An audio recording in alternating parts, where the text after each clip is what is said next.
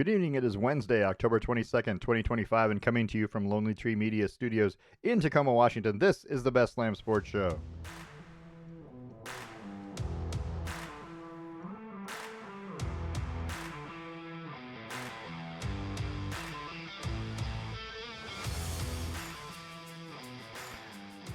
I'm your host, David Lamb. With me is my son, Parker. Say hello, Parker.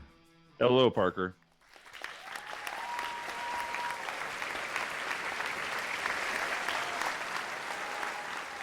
Yeah, it's pretty good, huh? Wow. Well, we have a full house, so that's why. I mean, we sold every seat. Every seat. At the usual price. And even some floor space. Whatever, man. Whatever. People brought their dogs. It's great. We missed last week. Hopefully nobody noticed. You know what? Is that wrong? I think you want to notice. I want you to have noticed that we were gone. Yes. Hopefully people do notice. Absolutely. If you notice we were not there. But we're back. Not that that means anything. But so we're going to start with the NBA because the NBA started last night. And honestly, I'm going to tell you the truth. I didn't know that. I mean, I did. I did know that it started on Tuesday. I just didn't remember it yesterday. That's fair. When I should have watched it. But if you didn't watch, doubleheader. Right? Oklahoma Thunder beat the Rockets 125-124 in overtime. Why was there 41 points in overtime? I mean, no, it's a lot.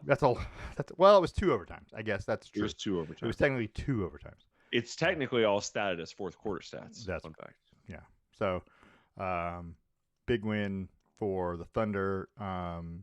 Shea Gilgeous-Alexander with 35 points for Oklahoma City to start the night. And then the second game, the nightcap, Golden State and the Lakers. Golden State with a 119-109 win over the Lakers, despite Luka Doncic with 43 points and 12 rebounds. But Jimmy Butler, 31 points. So sounds good. I mean, it's early. We say this all the time. It's early. It's just an early thing. It's literally as early as it could be. As it possibly could. Well, and then today, right? So if you're watching now, Knicks with a 115-107 lead over the Cavs with about a minute left. The Hornets with a 22-point lead over the Nets, 133-111. 133 is a lot of points. It's the Nets. They've given up this year. It's true. They've already given up. Maybe. That may be true. I feel like they have. They traded away a bunch of really good pieces this offseason. True. They're not exactly sitting on a wealth of talent. And the Hornets have tanked like 4 of the last 6 years, so they've got some talent. If you're watching it, the Magic and Heat it's a 3-point game. 122-119 Magic with 37 seconds to go in the fourth quarter. The Raptors with a pretty easy win over the Hawks. Well, not a win. They're leading 109-87 third quarter. It's actually 110 now. About the end of the third quarter. 76ers and Celtics going at it, right? On their opening night, which I love. 94-92 Celtics with about 8 minutes left in the fourth. Bulls Pistons, that's a classic, 72-55. The Pistons are terrible. Joel Embiid playing basketball again? He sure is. He sure is. He's got 4 points in 20 minutes. That's not great. That's not the best. The Pelicans with a 71-58 lead over the Grizzlies, early third quarter. But Pelicans, Zion Williamson with 15.6 rebounds. He hasn't gotten hurt yet. And Ja Morant with 13 points for Memphis. He hasn't had any issues yet. It's still too early for those guys to be out, right? I don't know. No, all Ja's stuff happens in the offseason every year. That's a good point. And Zion's injuries, his do happen in the year, but I don't know, have you seen the pictures of him? He is skinny. Yeah. Yeah, it's weird, right? He is weird looking. Skinny. Yeah, I don't like it. Bucks with a 13-point lead over the Wizards with about 6:50 to go in the third. Giannis about to get a double-double. He's got 15 and 9. The Jazz over the Clippers, 35-17. First quarter, the Jazz have 35 points in the first quarter with 3 minutes still to play. That's a lot of points. Yeah. I mean, you're going to score 40. That's a lot of points. Later, Spurs Mavericks play at 6:47. That's on ESPN. Kings and Suns start at 7 p.m. tonight. The Blazers, their first game, 7 p.m. Also, Timberwolves play at the Moda Center to start the season. Quickly, the Blazers will finish the season with what record? 600. Whoa, 600? 600 of the point 600. They'll have a 60% win rate this year. Really? So whatever that is. Okay. That's Yeah, I mean that's almost 50. It's like 49 wins. They were about 500 last year. In theory, they should take steps forward. So 600. Mm-hmm. Okay. I'm writing it down. I don't think they were that off of 500 last year. Let me see. Hang on. Find out. We 2 can, seconds. It won't take us very long. Yeah. But 24, 25. All right. Blazers last year finished 36 and 46. Okay, so maybe they were a little under. That's what I'm still okay with calling it. Well, was anybody 600?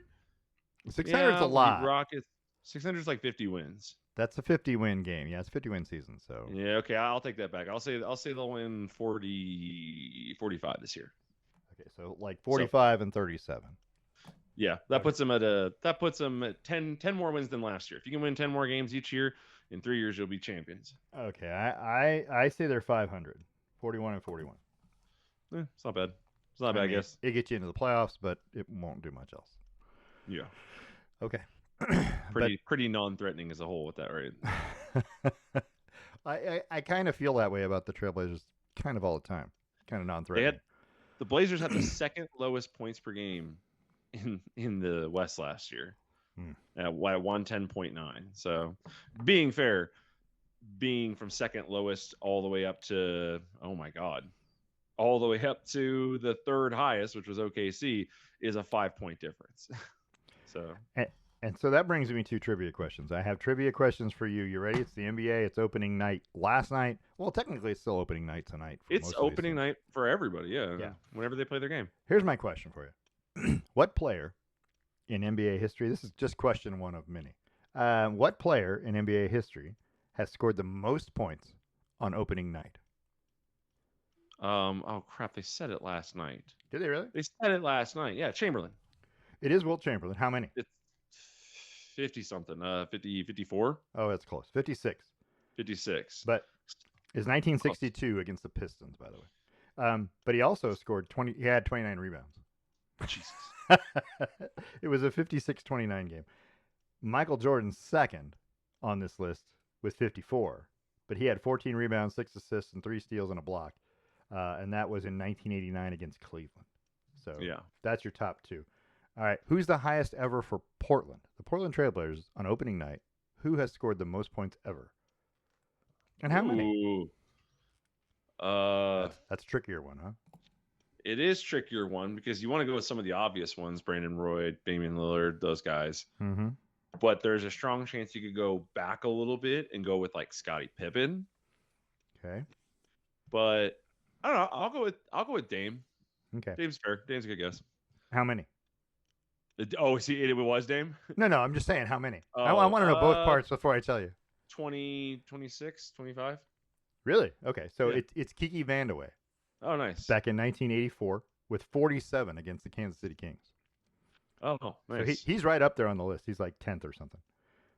Nice. Just FYI. All right, so that leads us to rebounds. Most rebounds opening night in NBA history. Oh, I mean, I'm going to go with Wilt Chamberlain, 26. Wilt Chamberlain is 4th on the list. By the way, he's 4th, 5th, 7th, 9th, 10th, 11th, 12th, something like that. Anyway, but this particular player is 1, 2, and 3. He has the 3 top rebounding nights in opening nights in NBA history. Bill Russell? It is Bill Russell. So it'd be Bill Russell, Wilt, and Kareem would be my 3 guesses that's rebounds. Smart. That's smart. How many do you think Bill had opening night in I didn't write the year down. Oh, well, it doesn't really matter. How many do you think he had?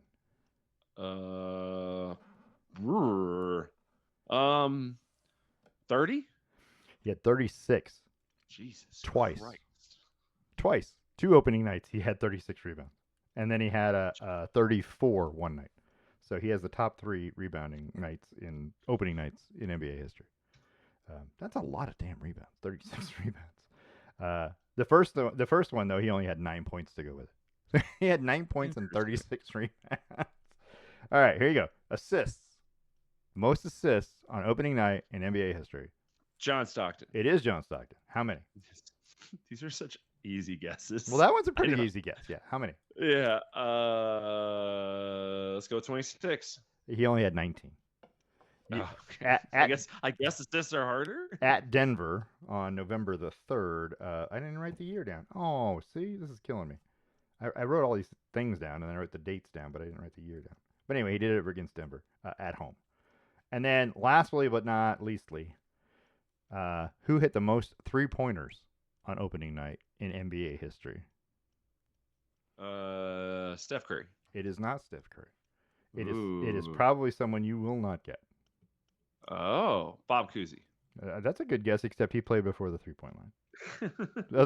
other than that, it's good. Post 3-point line, probably somebody I wouldn't. Well, he has to have a 3-point line, yeah. So Kyle Korver. That's a great guess, but that's not right. Who is it? It is Terry Rozier. Oh, Scary Terry, nice. Terry scored 42 points on the opening night against Cleveland and had 10 3-pointers. This would have been within the last 10 years, right? Yeah, it was 2020. Yeah. Is when he did it, and the reason I know that is because it was December 23rd was opening night of 2020 because of COVID. Pandemic Scary Terry was different. Yep, agreed.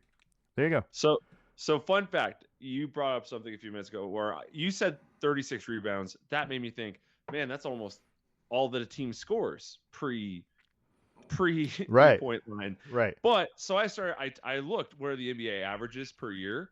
So this year is currently trending to be the most at 119.3. But we also had a 2 overtime game last night. So, points, you mean? Yeah. Yeah, points per game. So technically I'm going to wipe this year off, which means numbers 1 through 8 were all in the 60s. Those are the highest scoring points in NBA history per game average. So, and then you get into the 20s. 22, 23 would be 9, 23, 24 would be 10, 24, 25 would be 11, and then 70s, 60s. Like the 60s make up, as a matter of fact, 61, 62 is the most in history. I was looking 118.8. Yeah, I was looking at the Wilt Chamberlain. I was looking about the years when he played for Philadelphia / San Francisco / Golden State. And they were winning games. They were scoring 143. They were scoring 138. There was a lot of points scored back in the day. That was 1960s. So yeah, that happens. Yeah, 1, 2, 3, 4, 5, 6, 7, 8 of the nine I guess it's 10 years, 59, 60, and then up to what's it called, 68, 69, 69, 70 would fall in the next bracket. Though there are 8 of them are the highest scoring years in NBA history. It was before the advent of defense. So there you go. That's true. They hadn't even invented it yet. And let me tell you, the 64-65 season at 110.6 is one of the lowest in history. That's crazy. So somewhere sandwiched in the middle of all of these, they go from 115.3 to 118.1, 118.8, and then they drop 115.3, 111, 110.6, and then they skyrocket back up to 115, 117, 116. It's just wild. Yeah. Interesting, right? Yeah, for sure.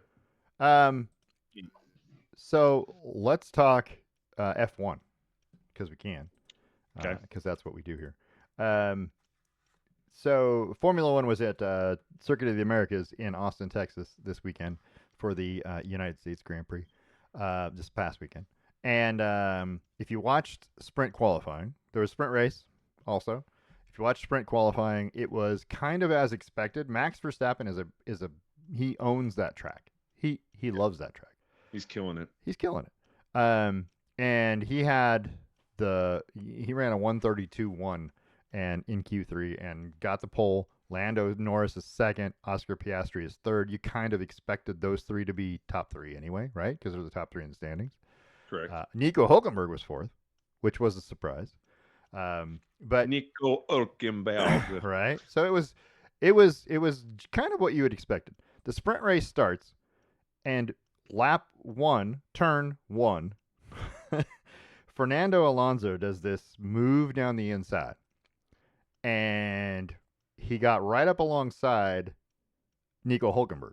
Nico Hülkenberg. Right? You have to say it every time. Yeah, they're right there together. So it's a wide turn. It's a huge wide turn. It's probably 4 or 5 cars across. You could probably. So get, Hülkenberg right? can't go to the left. So Hülkenberg can't go to the left, and I think he sees Fernando Alonso going inside of him. So he's charting to turn, and he goes, "Oh shit, there's a guy here," right? Mm-hmm. And then simultaneously, Oscar Piastri, who was in third, is trying to make a move. Lando Norris goes long in the corner, right? He goes to deep. battle Verstappen. They're kind Yeah, of to battling battle. into Yep. turn one. And so when he goes deep, Oscar Piastri goes, well, I'm going to turn on the inside of him, right? And I'm going to undercut him here and take that spot. Except when he turns in, Nico Hulkenberg is there. Nico Hulkenberg's kind of sliding a little left to right, right. just to He's keep just space keep away, with yeah. Alonso. Yeah. And then all hell broke loose. And next thing you know, Piastri is on the tire of Hulkenberg and flying up in the air sideways. Yeah, airborne. Airborne sideways, right. And then who does he crash into? Lando Norris. And Lando didn't do anything wrong. He just happened to be in the wrong place at the wrong time. So, and what happens to McLaren, who's leading everything, right? The top 2 drivers just out. Boom. Crash. Both cars out. And and in the meantime, Max Verstappen is trundling on down, and he's got a gigantic lead at that point. Because trundling. Yeah. Well, I mean, is that word of the day calendar out? It is. And he's just marching off, and he's got his own thing, his own agenda, and he's gone. Goes on to win the sprint race, right? Picks up 8 points, right? And McLaren gets 0. So the top 2 drivers in the championship get 0 points. Max picks up another 8 points. And by the way, if you haven't been paying attention, he's been winning races as well, and picking up points. George Russell second. Carlos Sainz finishes third in the sprint race. And then we go to regular qualifying, right? And it is almost an identical thing. Max, takes the pole. Lando's second. Charles Leclerc finishes third for Sneaks Ferrari. his way in there, right? And he was in the mix in the sprint qualifying too for third.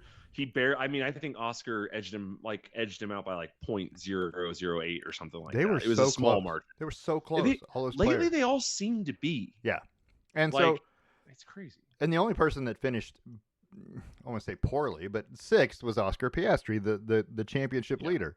He finished 6th. It was kind of a poor qualifying, even though he's only half a second off of the lead, right? He's only 0.2, like 0.28 off of Lando Norris in his final Q3. So he's not far, but it just wasn't good enough, right? So both Ferraris finished in front of him. That's Lewis and Charles Leclerc, and then George Russell finished in front of him.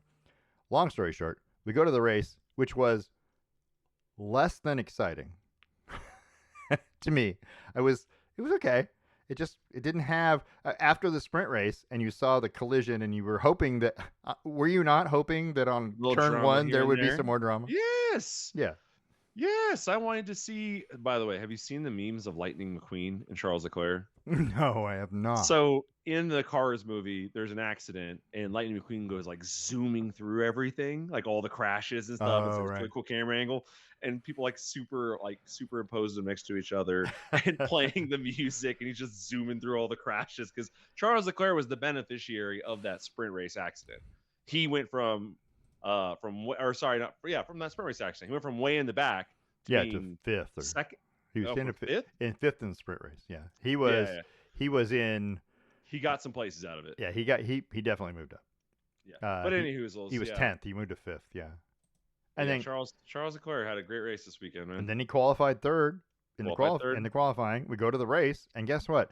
This race ends with 1, 2, 3, the same as 1, 2, 3. and then Piastri did move up a spot to 5th. George Russell fell down to 6th. Lewis Hamilton finished 4th. He almost made another podium appearance, but it was the goal. I gotta tell you, I do not know what's up with Lewis Hamilton because it can't be him, right? No. There comes a point where there's so consistently a problem that either it's him or the car, and he does, like in this race, he was hot. He was on fire. He was doing well. Yeah. And then all of a sudden he just starts falling off for whatever reason. And it's not like he's got like a ton of traffic around him putting pressure on him. He's just falling off. Seconds are falling off. Yeah. And it's like, what is going on here? It's weird. I don't even know. I don't even know. It could be him. It could just be like he doesn't have the stamina for a 50 lap race anymore. So and if you're not paying attention, Oscar Piastri still leads the individual championship, the drivers' standings, with 346 points. Max Verstappen picked up 23 points on him this weekend, thanks to the 8 in the in the sprint race, and then another 15, right? And so now Max is back at 306. So Oscar Piastri 346, Lando Norris is 14 points back at 332, Max Verstappen 40 points back at 306.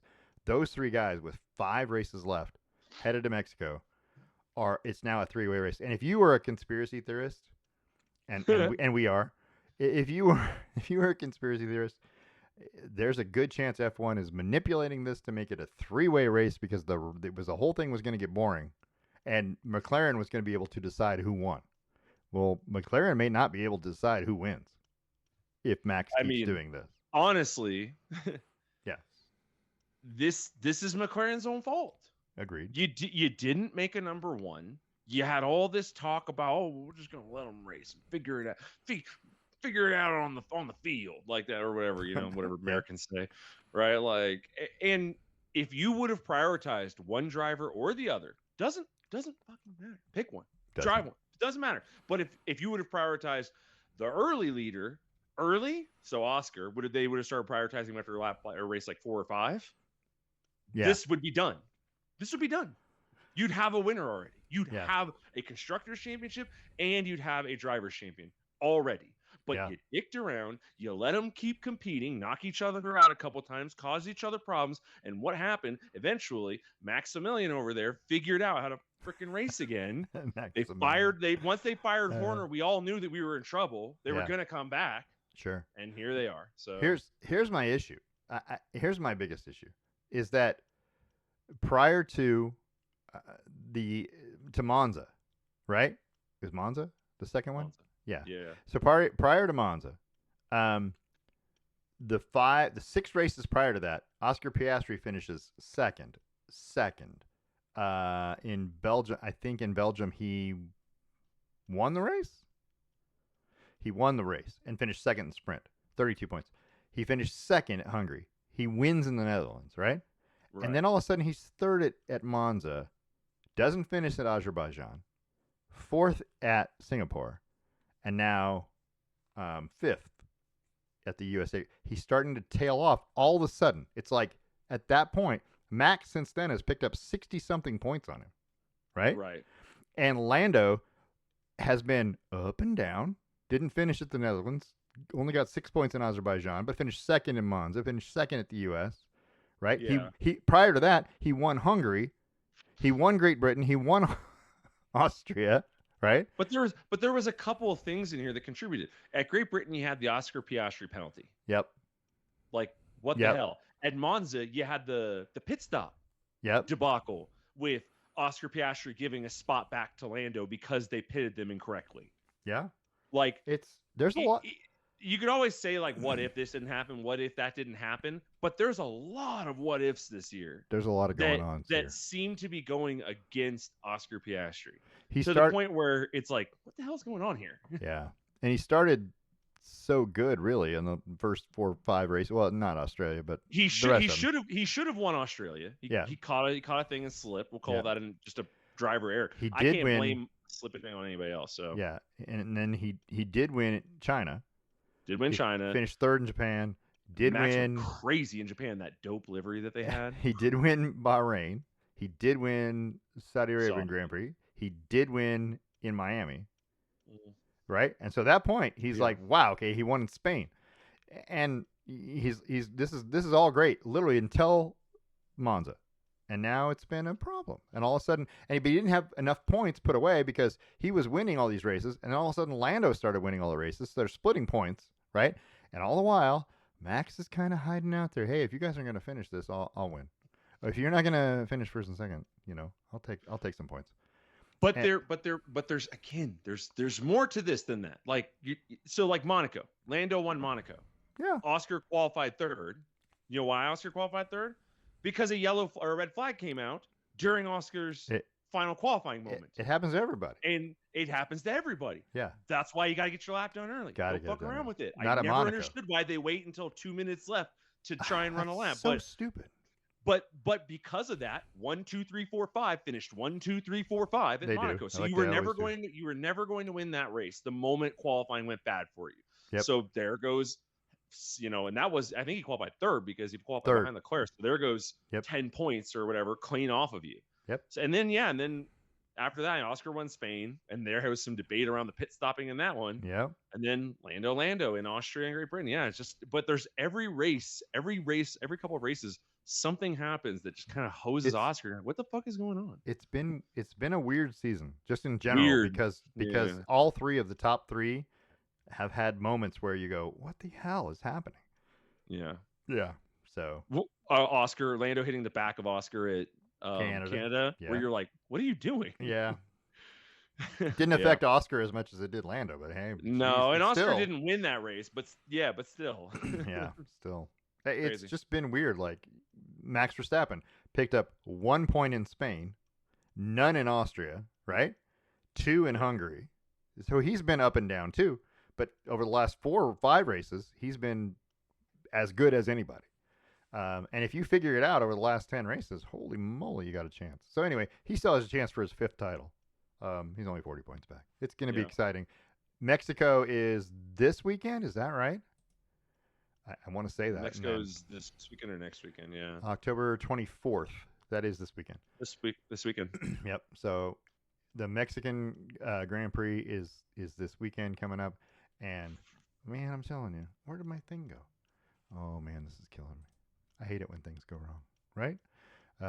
Anyway, so it'll be 1 o'clock. It's going to be on ABC.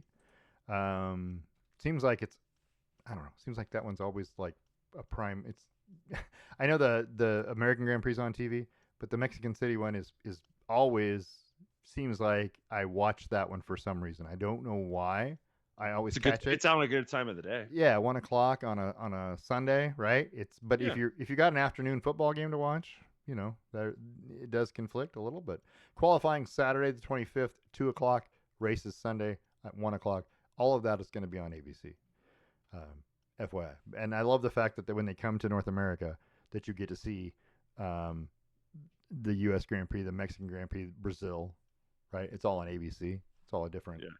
It's all local time. Yeah, it's kind of nice. So, all right. By the way, before you just gloss over this, you used the word trundling. Trundling. You used it wrong. I didn't. I don't know that I did. It's so.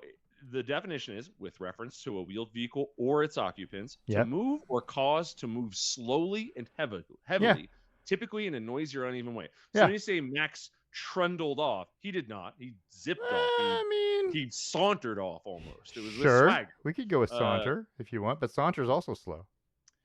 Trundled off would be what Oscar did after he hit Lando, where he tried to keep going. That was a trundle. All I'm saying is he didn't have a care in the world. It didn't matter what happened at that point because everybody's out behind him. And he was already past the corner, and it doesn't matter at that point. And he didn't. He could have gone 10 miles an hour. He's still in the lead. Doesn't matter. You're right. Yeah. But he didn't. He went. But he didn't. No, he didn't. Also, trundle. Since 1900. Nobody uses the word trundle. No, you're gonna like it. All right. So Google Books, if you search a word, there's this thing beneath it called Ngram Viewer, which shows you its frequency in books. Okay. Over time, and so the lowest point with use by trundle since 1900 was 1978, and its frequency was, what was this, 0.00004328% of books. Okay. However, its highest point in its history was 2018. Ooh, made a comeback. Or 2019. Yeah. No, 2018.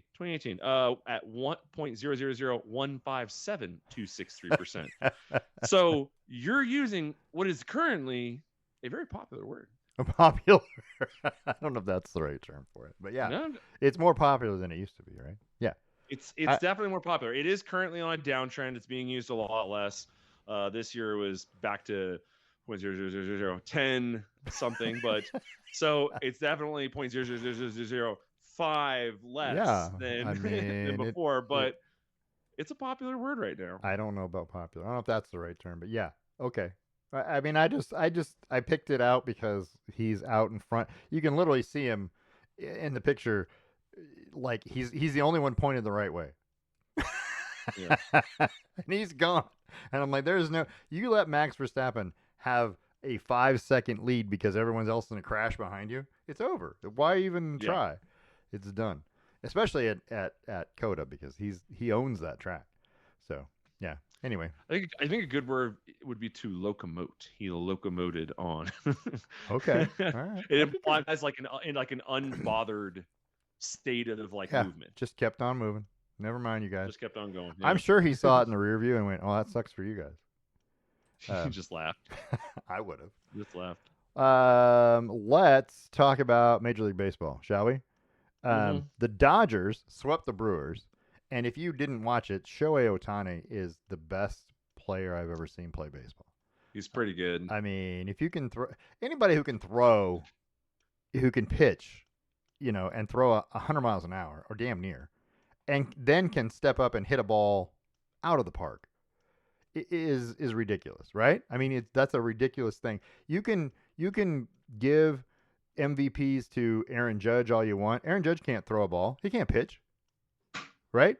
But Shohei Ohtani Well, is doing. he can dime a ball from the outfield. Well, that's different. But I mean, he doesn't. He's got power. We don't know if he can actually pitch because he's never done it. But what I'm getting at is It's true. he's He might have been not able to. doing both. This guy's doing both in the postseason, and not just doing them well.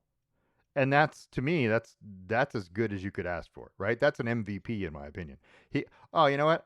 I'll start the game and I'll hit leadoff and I'll hit a home run or two, and just follow me. You guys don't have to really do much. I got this. Is amazing to me. That's just amazing to me. If you're a Mariners fan, I'm sorry. The Mariners got their hopes up so bad, and the people at work were so excited about the Mariners, and hey, look at us, and we got a chance to make the World Series, and this is a team the only team I think that hasn't been to the World Series in Major League Baseball. And what did they do? Lose Game 7 on the road in Toronto, in dramatic fashion, really, as George Springer pretty much ended their season.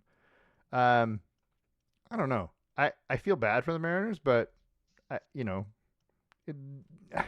I felt like that was the inevitable conclusion, was to be heartbroken. You're 30 years out from It's kind of been their disposition for Yeah. a long time. 30 years out from 95, right? When they won the ALDS and went to the ALCS, right? And then lost that pretty easily. I'm just saying, they won 2 games once in 1995. They win 3 games in this one, but it's got to be heartbreaking, right? It's got to be. There's no way it feels good to lose like this, and especially when you came out and you dominated Game 1 and 2. Yeah. Oh yeah. You had a 3-1 lead, right? Yeah. I think in this, or was it 3-2? It was. Ooh. They won. Oh, I know. I gotta look. Damn it! I hate it when you do that. Yeah, I just got in my head. I was like, wait a minute, because I know that. Yeah. So the Mariners. So it was tied 3-3, right? Going into obviously Game 7. The Mariners won Game 6. Game 6. Right. Okay. To. That's not right. This is Game 5. Where's Game 6? No, they had a. So they won Game 1 and 2 versus the Blue Jays. They lost Games 3 and 4. Right. They won Game 5. Right. So they had a 3-2 lead. Yep. And dropped 2 in a row. 2 one at home, one on the road. No, both in Toronto. It's 2-3-2. Yeah. Oh, that's so dumb. It's 2-3-2. Yeah, they lost both in Toronto. They won those first 2 games in Toronto. Yeah. Then, then won one of 3 at home. And then, Anyway, so yeah, they lost on Sunday 6-2 to the Blue Jays. The Blue Jays are in the World Series, and I don't think there's anyone that's in North America that's probably outside of LA rooting for the Dodgers to win. I mean, I want to see somebody else. They're not one of those teams that have massive fan bases, but I want to see someone else win. Well, agreed. The Blue Jays won it back in 93 or something when they beat the Phillies. Is 93? I want to feel like it's 93. I'm going to say that just because I don't know the answer. Anyway, all these teams are so evenly matched, to be honest with you. The amount of wins were, it's 94, it's 90. I will tell you what the Dodgers did this year that is almost cheating, borderline cheating. They jumped out to a 23-10 record, right? Which is great, one of the best in baseball. And then, oh well, this pitcher's hurt. I'm going to put him on IR. And then, 2 weeks later, oh, this pitcher's hurt. I'm going to put him on IR. And then this pitcher's hurt. I'm going to put him on IR. And guess what? Through Yeah. the middle of the season, they did basically with 3 starters or 2 starters and some backup guys, played 500 baseball, right? Didn't have to win much. Yeah. And then at the So end they of got the, everyone back. and then at the end of the season, they get everyone back, and now everyone in their starting rotation has pitched 100 less innings than everyone else. Yep. I'm not saying they were hurt. I'm just saying they were on IR. That's what I'm getting at. I'm just saying it seems like a strategy. It seems like a strategy. It's not against the rules, but it is against the rules to put someone on IR that isn't hurt. I mean, but what is hurt, right? Exactly. That's just it. This is why you employ a team doctor and Right. not So you can the rubber league rubber doesn't stamp provide it. one. Yeah. Exactly. Yeah. Absolutely. I know, and I get it. I understand. It's legal cheating is what it is. If they did it that way. I'm not saying they did. It's but like if they Jason Kidd getting you to spill your ice on the floor. did. Like, it's fine, is because his intent's a hard thing to prove. Mm-hmm. Agreed. And that's why you're innocent until guilty. Right. I just and we're gonna, as long as we're on the baseball talk, the San Francisco Giants have named Tennessee Volunteer head coach Tony Vitello as their manager. Right? He is the first, and I couldn't believe this when they said this. He's the first ever manager hired directly from a college program without any experience as a professional coach. I can't even believe that that's true. That is not even the littlest bit surprising because half of the baseball GMs have been coaching baseball for 50 years. Agreed. They're the same guys who just get recycled from place to place. You can say the same thing's true about football and basketball, but I feel like it's at a much lesser degree than baseball. Baseball has like the same 10 names. Yeah. That are doing it. Also, I feel like a lot of those guys are former players. So they're not hired. They're hired as a player into the staff, and then they work their way up to coach. Or they're former GMs who become coaches, or coaches who become GMs. I don't see a lot of college hires in there, and I think it is a little surprising, but I can't believe that's never happened. People do that all the time. There literally was Tom Trebelhorn. There's a name for you. Tommy Trump from the Milwaukee Brewers. He coached the Milwaukee Brewers. He was hired, and he was substitute teaching in Portland, Oregon, when he got that call. He wasn't. That's really? that's like one of the weirdest, right? But yeah, he had been an assistant coach somewhere, blah blah blah blah. But he hadn't been like a head coach in quite a while, and all of a sudden he knows somebody, and then he leads them. They had a pretty good couple years when he was there. Anyway, long story short, that's a weird thing to happen. But he didn't come from college. He came from less than college, just unemployed dude. Or well, not in baseball anyway. Right. It's kind of a weird thing. Anyway, if you're watching the World Series Friday, 5:00 on Fox, that's Dodgers Blue Jays at Toronto. So Toronto's the home team because they have the best record, 94 wins. Dodgers have 93. There you go. The Blue Jays have a pretty good. They've won 66% of their home games. They're 54-27. The Dodgers are about 500 on the road. I'm still not betting against the Dodgers. The Blue Jays haven't said who their starting pitcher is, but it's Blake Snell for the Dodgers, who's 3-0 in the postseason with a 0.86 ERA. Right. Jesus. And then in game 2 it's Yamamoto, who's 2-1 with a 1.83 ERA. Yeah. By the way, here's a great example. Joe Torre. He's a fantastic example as a manager. Yep. He was a Mets player in 75 to 77 and then went straight into managing the Mets. I feel like that happens a lot, often enough. Yeah, often. So coming straight from college to the thing, but I mean, I kind of hope it's a good trend because maybe you'll get some more innovative ideas in baseball. Maybe I feel like college coaches deal with some different stuff, but I also think we should move every stadium back about 40 feet and let them use metal bats. But I'm a little dramatic as well. That's gonna open things up a lot. There is nothing like the sound. Like the sound of a well-hit home run off a wooden bat is beautiful. Yeah. That ping that a metal bat makes when a ball is dimed is nice. Yeah, it is pretty amazing. Yeah. All right. Anyway, so if you're watching baseball, like I said, Monday and Tuesday, Monday, Friday, this is a weird schedule. Friday, Saturday is what it is in Toronto. And then Monday, Tuesday, Wednesday, they'll play in LA. So, Right. and then Thursday's off, and then, yeah. So there's game 6 and 7. All right. If you're betting, you're going to bet on the Dodgers or the Blue Jays? Oh, I'm going to bet on the Dodgers, but I'm going to root for the Blue Jays. That's exactly right. That's, I think, what everyone's doing. I think Ohtani and squad are going for a 3. I mean, they bought that team. They've bought this title. Like, I don't know how you can talk about baseball being a pure sport while people are just buying titles. Yeah. Like, well, it's just. I mean, yeah, you have to go out and prove it on the field, but it's a lot easier to prove it when you have the top 3 or 4 best guys. I mean, the Blue Jays, right? They got George Springer and Guerrero, right? Yeah. And then there's a pretty sizable drop off to the next guy. Not that the next guy's bad; he's still a professional baseball player, but there's a pretty sizable drop off. Whereas, like, you go to the Dodgers, they've got Ohtani, and if they don't have Ohtani, they got Freddie Freeman. If they don't got Freddie Freeman, they got Mookie Betts. And if they don't got Mookie Betts, I'm sure there's another guy out there making $70 million a year. Yeah. To hit the ball for them. Like, they've just got stacks on stacks of talented players. It just gets old watching super teams win. Yeah, it's just old. It's old hat. And baseball is supposed to be this big heritage thing where it's, the one of the more pure sports out there, but it's just not. It's tainted. Yeah, agreed. So let's talk about Oregon Ducks, who they had one of 2 ways they could go.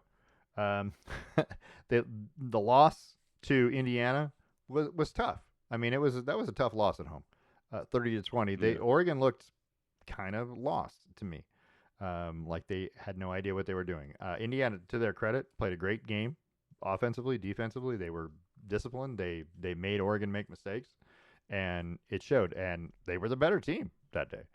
I'm not saying they're the better team overall, but on that particular day, they were the better team. Sure. Yeah. So I don't know if we. Anyway, long story short, Oregon had 2 options. One is turn and fold like Penn State, or bounce back. And to the tune of 750 total yards of offense, Oregon destroyed Rutgers in the first ever meeting between Oregon and Rutgers in Piscataway, New Jersey, on the road in a Big Ten game. I know it's Rutgers. I get it. Rutgers is still 3-4, though, right? They're not like 0-7. They're not like the Beavers. Yeah. But Oregon, 750 total yards is a lot of freaking offense. It doesn't matter what. And it started with Noah Whittington and that 68-yard run. Let's back up even before that. Oregon's first offensive possession, they fumble, right? And turn the ball over to Rutgers, who goes nowhere, 0 yards in 4 plays. But they kick a 51-yard field goal and take a 3-0 lead. I was so angry at the fumble that I'm like, Jesus, really? We're going to start the way this way? But then the defense goes, nah, we're not. We're okay, right? Yeah. Which is what we were talking about like last time, which was I haven't felt that way before about the defense. And now I feel like, the defense says, we're good. We're okay. It's fine. Yeah, we'll be okay. Yeah. And so, then Oregon gets the ball back after the field goal. Noah Whittington, 3 plays, 75 yards the whole drive, 68-yard run, which was a really nice run. And then Oregon scores on 1, 2, 3, 4, 5, 6 straight drives with touchdowns. 7, officially. No, that's not true because they had a possession 1 play before the half. Does that even count? No, Okay. I think that there's a couple things that like stat keepers should do, and one of them is like kneel downs should not count as a possession. Yeah, both at the beginning and the end of the game. So officially, yeah, they scored like 6 straight possessions, 7 straight possessions, whatever you want to call it. And anyway, just manhandled Rutgers, and then they gave up a touchdown late, 6 minutes to go in the 4th. I get it. I don't like those plays, but it is what it is. It is the second string defense. It is, it is how it is. But could Noah Whittington have been any better? Could Kenyon Sadiq have been any better in this game? Those guys were amazing to me, and they have been pretty much all year. But Whittington has 11 carries for 125 yards and 2 touchdowns at 11.4 yards a carry, and then Sadiq with 4 catches for 80 yards. That's 20 yards a catch with 2 touchdowns. DeCorian Moore did have 2 catches, 134 and 129 yards, right? 1 for a touchdown. They were really good. Dante Moore, 15 of 20, 290, 4 touchdowns. He did throw the 1 interception. All right. But yeah, the Oregon defense was so good. 200 total yards for Rutgers. It didn't matter. If it didn't matter what Rutgers did, offense, running, passing. They ran for 123 yards. Let's not get that wrong, but it was on Yeah. 42 carries. So it was 2.9 yards a carry. It wasn't like they were just running hard. It was, it is. Kaliak Manis, the quarterback for Rutgers, 8 of 25 for 79 yards, 2 interceptions, 3.2 yards per attempt, and a QBR of 11. So when you can dominate a quarterback like that, you got to come up with something else, right? And the rushing game was 2.9 yards a carry. It was nothing. So Oregon's defense is still pretty good. And I know it's a Rutgers team. I get it. Everyone's going to say that. But Oregon did exactly what they needed to do: bounce back, win big, take care of business. They get Wisconsin, who's not having a good year, next week. When you watch this game and you saw the fumble at the beginning, did the oh no come out? Like, No, it was more of a shit. But it wasn't panic and fear. It was just like, ugh. right? Like I think I'm to the point. I think I'm mature enough as a fan that I don't get too bothered in the first half unless it's just like a routing. Most of the time I'm like, we just gotta kind of clean this up. Like, this looks bad. We gotta do this. I think it's a lot more calm than that. But if this would have been 10 years ago, I'd have been like, are you kidding me? We're dead. We got no chance. So, but no, it didn't. Yes, it sucked, and it sucked that it was on our own side of the field, and it sucked that it put him in scoring position right away. But, I wasn't too stressed by it. Not great though. It wasn't great. It wasn't. I mean, it felt. And after the loss, that's what the problem was. It was, you have the loss. Okay, we get the kickoff. Let's start with the ball. Okay, and then we went, oh, what are we doing? And Mm-hmm. and just for a second, you said, are they going to be able to do this? And then the defense said, you're not going anywhere. And I was like, okay, this is good. And then It's like, I think we're gonna be okay. yeah, I think we're going to be okay because if we held them to a field goal, perfect, right? Even though they had the ball on like the 30 something, we held them to a field goal. And then the offense gets the ball back, and it was over. I mean, literally, once you saw Noah Whittington run 60-something yards, you're like, okay, this game's over. That's Cool. literally what I said. Literally what It's I like, said. all right, I think we're gonna be okay. Yeah. Yeah. Whittington with a 68-yard run. Davison with a 67-yard run. He had 4 carries for 100 yards and a touchdown. 2 35-yard runs, one from De'Ara Hill, one from Dante Moore. Those are 4 rushing plays that were longer than 30 yards, right? Those 4 rushing plays together, just those 4, right? 205 yards. That's more offense on those 4 plays than Rutgers had all game. Right. Yeah, That's and fair. that's all you need to know about the game, basically. And then we throw in Kenyon Sadiq and Decorian Moore and all those guys, and Jamari Johnson with a 56-yard catch.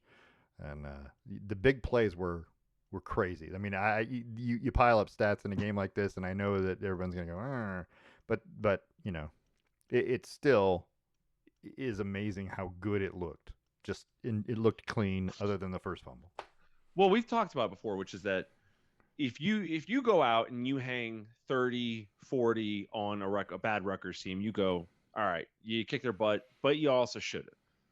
You start putting 50, 60, close to 70 on people, you go, holy crap, that's a lot no matter who it is. Yeah, no matter what. Because we play FBS schools or FCS schools every now and then, and we don't usually put up 50, 60 on them. So anytime you can do it, it's a big deal. Anytime you can do it against a Power 5 school, it's a big deal. Yeah. So anytime you can put up 700 yards of offense, that's impressive. It doesn't matter who. It looked good. No sacks for Rutgers. That was a big deal. That was a big deal because Indiana got to the quarterback. Indiana got in there. Yeah, but they. God, I'd love a rematch of that game. Hey, you might. You never know. No, well, you need Ohio State to lose. Ohio State's got to drop something, and then I think even if Ohio State drops something, we're going to be out. There'll still be 1-2. Ohio State needs to drop 2. Yeah, Ohio State has so Indiana. No, Ohio State only has to lose 1 to the right team. Indiana has to lose 2 for you to. If Ohio State loses 1 to a team that we've won, correct, then you can. And then Indiana has to lose 2. Indiana has to lose 2 no matter what. Because even if they lose to a team that you've beaten, doesn't help you. They need to lose to somebody. But UCLA this weekend. UCLA has won 3 straight, and I'd be careful if I was any of you, Indiana especially. But it is at Indiana. We'll see how that goes. But yeah, Wait. How many yards do we have? 750. 750. It's a gigantic 750. number. 400 yards. Yeah, Yeah, the numbers are so big. 415 yards rushing. I don't know that I've ever seen 400 yards rushing from Oregon. I'm not 100% certain that since I've been around. I don't know about the rushing side of things, but we actually I probably could just tell you in 2 seconds because I'm looking at like a list of 700-yard games. There aren't many. Kind of in history. Florida State this year versus Kent State put up 770 something. Right. Oregon played Portland State a couple years ago. Yeah. And had 348 rushing yards. Remember, so that's when I told you like we played some FCS schools that, or I guess that's technically FBS D2, but whatever it is, or D1 FC, I don't know.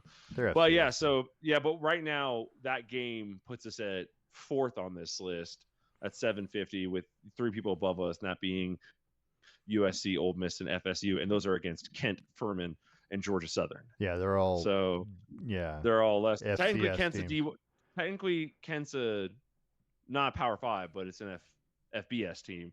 So we're the only one. Yeah. Wait, Kent's not in the Kent State. Yeah, they're in the MAC. Right? Okay, cool. So yeah, technically we're the only. Actually. Hold on now. The only Power 5-4 team. Yeah. Is Tulsa in a Power 5 conference? No. Okay. Hold on now. All right, we're the only team in the top 19 that put up more than 700 yards against a Power 5 what school. Is now Power 4, yeah. Yeah, now Power 4, but I'm even calling it Power 5. Yeah, back in the day. Yeah. But Ole Miss at 20 put up 706 on LSU in 2023. Yeah. Oregon, so that's a pretty big deal. And I'm going to be fair, Oregon turned the ball over 3 times. Had they not turned the ball over 3 times, this might have been 70 points. We might have a lot more. Yeah, this might have been 800 yards and 70 points. Also, here's something else I don't get, and maybe you appreciate it more. When we put in our backups, isn't the point to get them like game reps? Yeah. It's to avoid injury on your starters, agreed, but to also get them game reps. So I don't understand why you run a shell of an offense. Right. When you put your backups in. Yeah, it needs to be the same offense, just different people. Agreed. Yeah. Agreed. But it never is because number one, you don't want to humiliate the opponent. That's not the intent, and I get that. Conference opponent, yes, you do. I don't think non-conference. You don't want to humiliate them because you want them to come back later and play you again.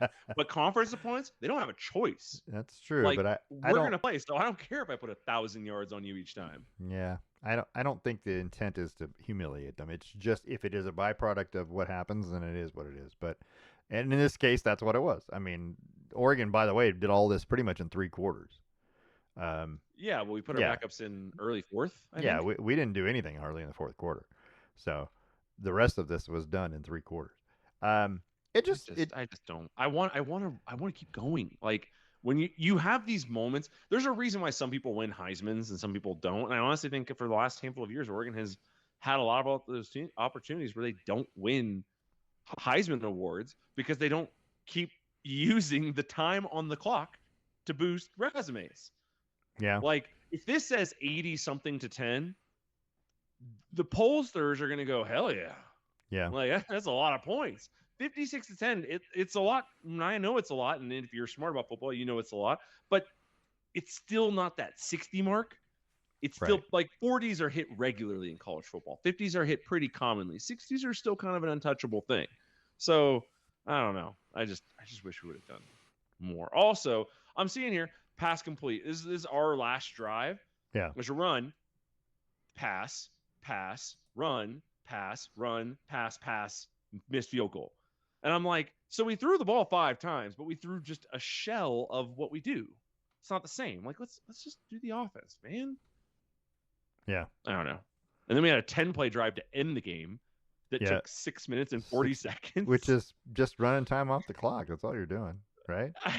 And see, this is what I mean. If you don't want to embarrass somebody, just run the ball. Don't do anything else. Don't even feign like you're doing anything else. Yeah. Like or just kneel it if it really matters to you. But it's literally DeJuan Riggs and Jay Harris who you're going, who? And that's who ran that whole series and still ran well. I mean, I'm sure at this point Rutgers has put in their backups too, but I would have. Getting down to the Rutgers 14 and then kneeling off the ball Yeah. for the final 2 minutes. Yeah. That's a little brutal. Yeah. Well, you got to do what you got to do. Yeah, Anyway, so Oregon's got Wisconsin next, which is fantastic. We love Wisconsin, but I thought I was hoping Wisconsin would be a little better, and that we'd have a much but the Big Ten doesn't seem to be as good as it has been, right? I mean, outside of Oregon, Indiana, and Ohio State, what do we got? And that's Michigan, okay, USC's okay, but they're not great teams. They're right. I don't know. I feel like maybe top to bottom, not necessarily the best conference, but the top three are definitely better than any other conference.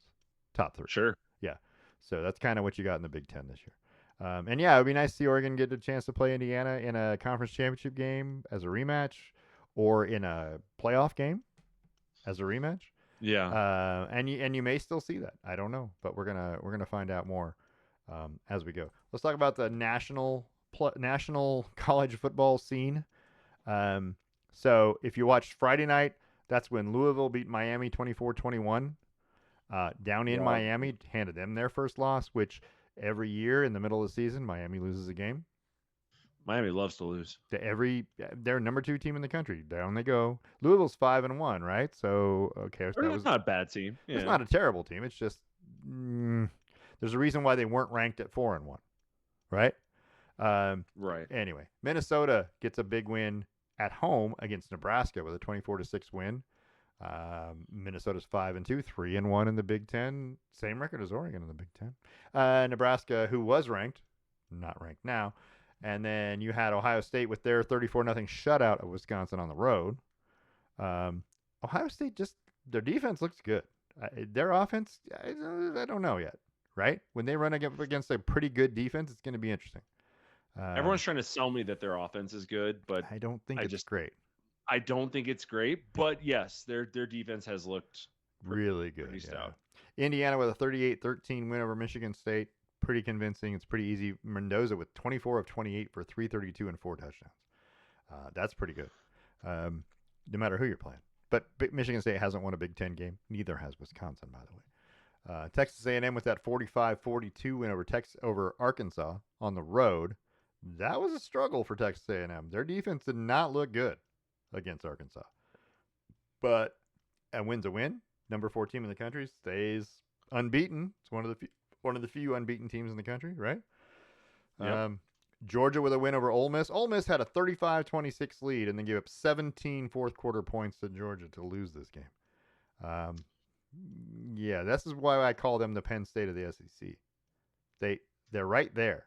You're number 5 in the country. This win over Georgia knocks Georgia out of the playoff, probably, and propels you right into that with the Miami loss, propels you, makes you 7-0, and propels you right there into the number 2 spot in the country, probably number 3, number 2, somewhere in that ballpark.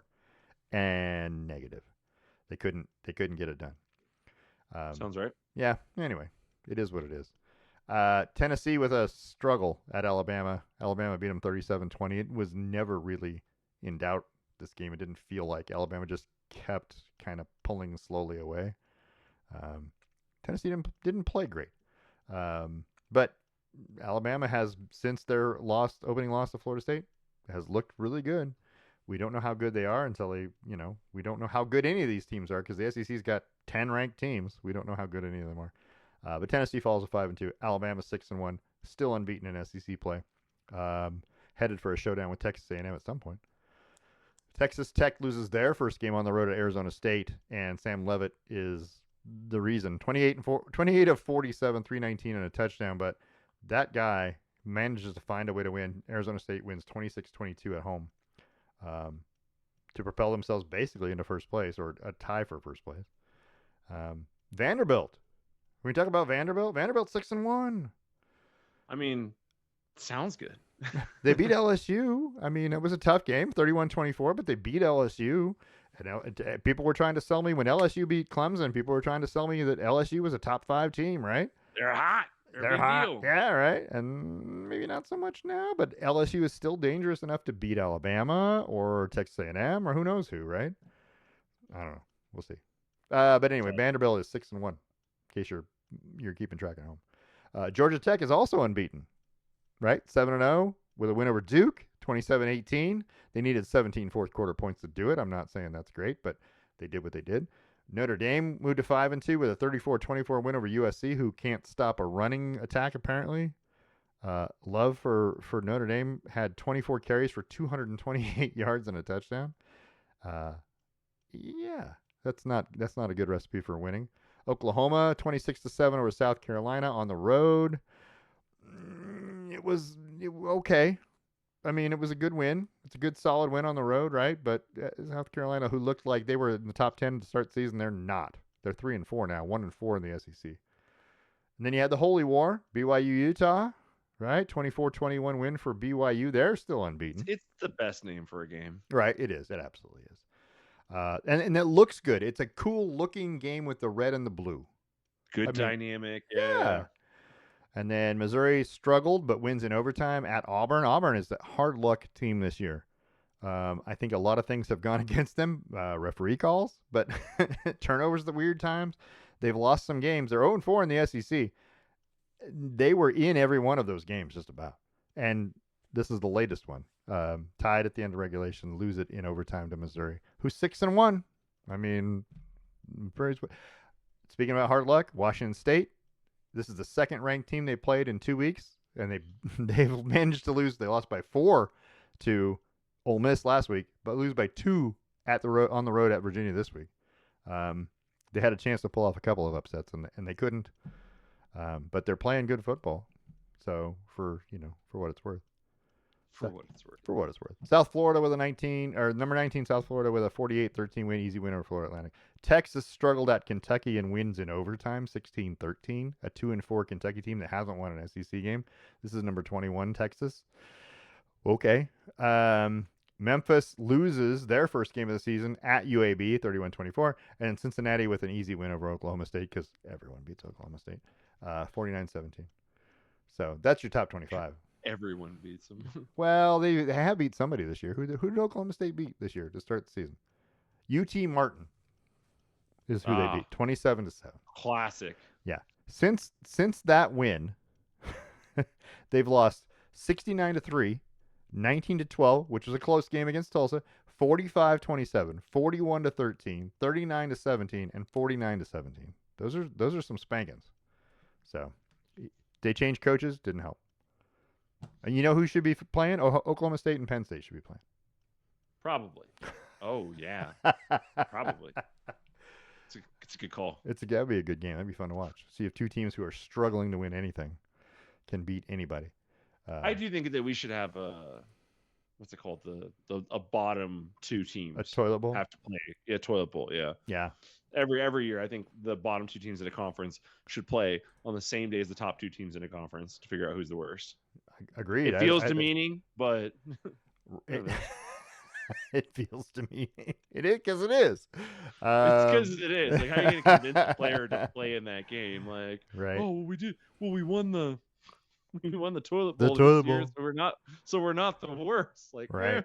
You're in it. You're still in it. You're still in it. Yeah, you're still in it. Oregon moves up a couple spots to number 6. Georgia Tech is the big winner, right? They're the big mover. Vanderbilt actually moved up 7, but Georgia Tech moved into the top 10 with moved up 5 spots because they're still unbeaten. BYU moved up 4 spots. They're still unbeaten. Who's the big loser? That's LSU and Miami. LSU fell 10 places with that loss, and Miami fell 7. Those are big moves. Texas Tech fell 7, but it's funny to me the way this all happens because we talked about this poll a million times, but the minute you drop Texas Tech for losing to Arizona State is the same time you're moving Arizona State into the top 25. So is that loss as bad as you thought it was? Right. Right? Because that's how you avoid those questions. Right, exactly. So we drop LSU 10 places, but the team that they lost to is Vanderbilt, right? Who we moved up 7 places. So okay. It's one of those weird things. And then we moved Louisville into the top 25 at 19 with that win over Miami, but we dropped Miami hard. So if Miami had been playing number 19 LSU or Louisville and the same result had happened, would you have dropped Miami 7 places? That's Should the have dropped question. him more. Well, maybe we all agree that Miami's overrated. But would you have dropped him? But Yeah. would you have dropped them had Louisville been ranked when they played? Would you have dropped Miami as far as you dropped them? That's probably a no, right? Probably no. Yeah. Yeah, for most of those guys. Yeah. It's a weird. The rankings are just weird. I don't like them. But anyway, long story short, the Big Ten still operates, still owns number 1 and 2, and then they piled all the SEC teams in at 3, 4, 5, 8, 10, 13, 15, 17, 20, 22. Those are all SEC schools. So they're doing what they do. I mean, it is what it is. It'll be interesting to watch this next week, and when we get the games coming up this next week. Obviously, we got the Wisconsin-Oregon game, the tie-dye game in Eugene. I like this. I think it's great. You're wishing they had a little more tie-dye on the uniform? I'm all right. So the black jersey with tie-dye numbers, fantastic contrast. But all you did was add shoulder patches and tie-dyed the numbers. I don't know why it just doesn't feel like enough. Like, I'd love it if the wing patterns were tie-dye. Okay. On top of the jersey number being tie-dye and then the patches. I don't want to do too much because I still want the base of the jersey and the bulk of the jersey to be black. But I feel like there's more than what they did, because what they did feels like, all right, how do we make this a tie-dye game? Well, how do we make this a Grateful Dead connection game? All right, let's put some patches on the arms that show the little Grateful Dead head and things like that. Yeah, that's not really enough. Not everyone's going to be looking at the arms. Okay, well, let's just tie-dye the numbers then. Okay, that's good enough. Should we do anything else? Like, do we need to? Like, do we need to? I feel like that was the conversation that went on. Like, oh, we could tie-dye the wings. Oh, that's like an extra $70 jersey. Well, we could just tie-dye the numbers. That's probably good too. Like, so I just feel like it just needs a little more, but it does look cool. The tie-dye that they chose to use, the green and yellow tie-dye, woo. I'm gonna buy a jersey. I haven't bought a jersey this year. I didn't buy the shoe duck one that we wore. Right. I was kind of over that. I'm going to buy this one. It's pretty just cool. dope. It's just cool. dope. Yeah. At 9 a.m., the early games, if you're watching Fox and you're watching Big Ten, that's UCLA at Indiana. UCLA has won 3 straight Big Ten games. We don't know how good they are, but they beat Maryland and they beat Penn State and they beat Northwestern, right? So they're 3-1. If they beat Indiana, they will be in second place in the Big Ten. Just FYI. Ooh. I'm just throwing that out there. At 4-4, they'll be in second place. UCLA would be in second place in the Big Ten. Yes, if they beat Indiana. That's just a crazy thing to say. And Indiana will be 4-1, and Oregon would be, if they win, they'll be 4-1, but they'll be behind UCLA. That's weird, right? I know that is a weird thing. Georgia Tech takes their unbeaten record against Syracuse. That's at 9 a.m. on ESPN. If you're watching that, the biggest game of the morning is Ole Miss Oklahoma, probably on ABC. That's at 9 a.m. 2 6-1 teams. One of those teams is going to be out of the college football playoff with a loss, probably. Just saying, 2 losses in the SEC is going to throw you out at this point. Yeah, you're probably toast at that point. Yeah. Other games that will be interesting at 12:30 on ESPN. That's Missouri Vanderbilt. Again, one of those 2 teams that have 2 losses in the SEC. Playing down in Vandy. And then later on, you're going to have Texas at Mississippi State. Is that not a weird game? Mississippi State has been pretty good. They have lost all 3 SEC games, but they've been pretty good. It could be a really bad game or a really good game for them. And then I'm interested to see the Stanford-Miami game. Stanford just beat Florida State, who people were like, okay. And then, I mean, Stanford's not terrible. They're playing at Miami, you're right, and Miami should be a heavy favorite, and they are, 29.5 points. I would take Stanford with the points, 29.5 points. Just saying. In case you're watching. Texas A&M at LSU, 3-20, right? So Texas A&M is a 2.5 point favorite on the road to remain unbeaten.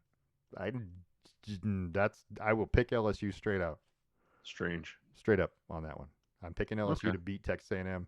That is a 6:30 in the, is they in the Eastern Conference or Eastern time zone, or are they in the Central, LSU? I feel like they're Central. feel like they're central, and that's going to be a 6:30 game. It is a night game at LSU on Saturday night. Texas A&M's got to go in and win. According to the Google webs, it's central. Yeah, so yeah. So 6:30 kickoff. It's 4:30 on ABC. Another good game to watch. Michigan to Michigan State. One of those games, one of those rivalry games. Anything can happen. Tennessee, Kentucky. Those are big games. Houston 6-1 plays at Arizona State. That's your nightcap 5 o'clock, if you want to call it that, as far as the top 25 goes. Those are some good games. Louisville now is a 25.5-point favorite against Boston College. I don't think Louisville's as good as you think they are. I think they had a great game. Miller Moss, the former USC quarterback, he's all right, but I don't. He's all right. He's all right. He's not great. I don't know. I feel like they've underranked. I feel like you keep saying Miller Moss. Miller Moss. Miller Moss. Yeah, you can say it that way if you want to. You're in Denver. They got Moss. You just say it with a lisp. Miller Right. Moss. Let's talk NFL football. Heck yeah. Football. Football. Hug it. Chuck it. Football. Thursday night game. Bengals beat the Steelers. That was a pretty good football game. So 27 points in the fourth quarter, but the Bengals win 33-31. Joe Flacco. What does he do? He just goes out and wins. 31 of 47, 342 yards and 3 touchdowns. Hey, it doesn't matter what team it is. It's fine. But Cincinnati finds a way to win. I thought the Steelers were going to win this one.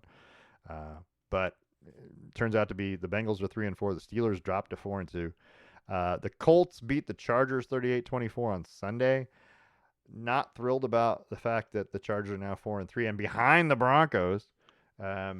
Who we had to suffer through a loss with. We'll talk about that in a minute. But the Colts have the best record in football. And Jonathan Taylor scored 3 touchdowns for the 3rd time this year in a game.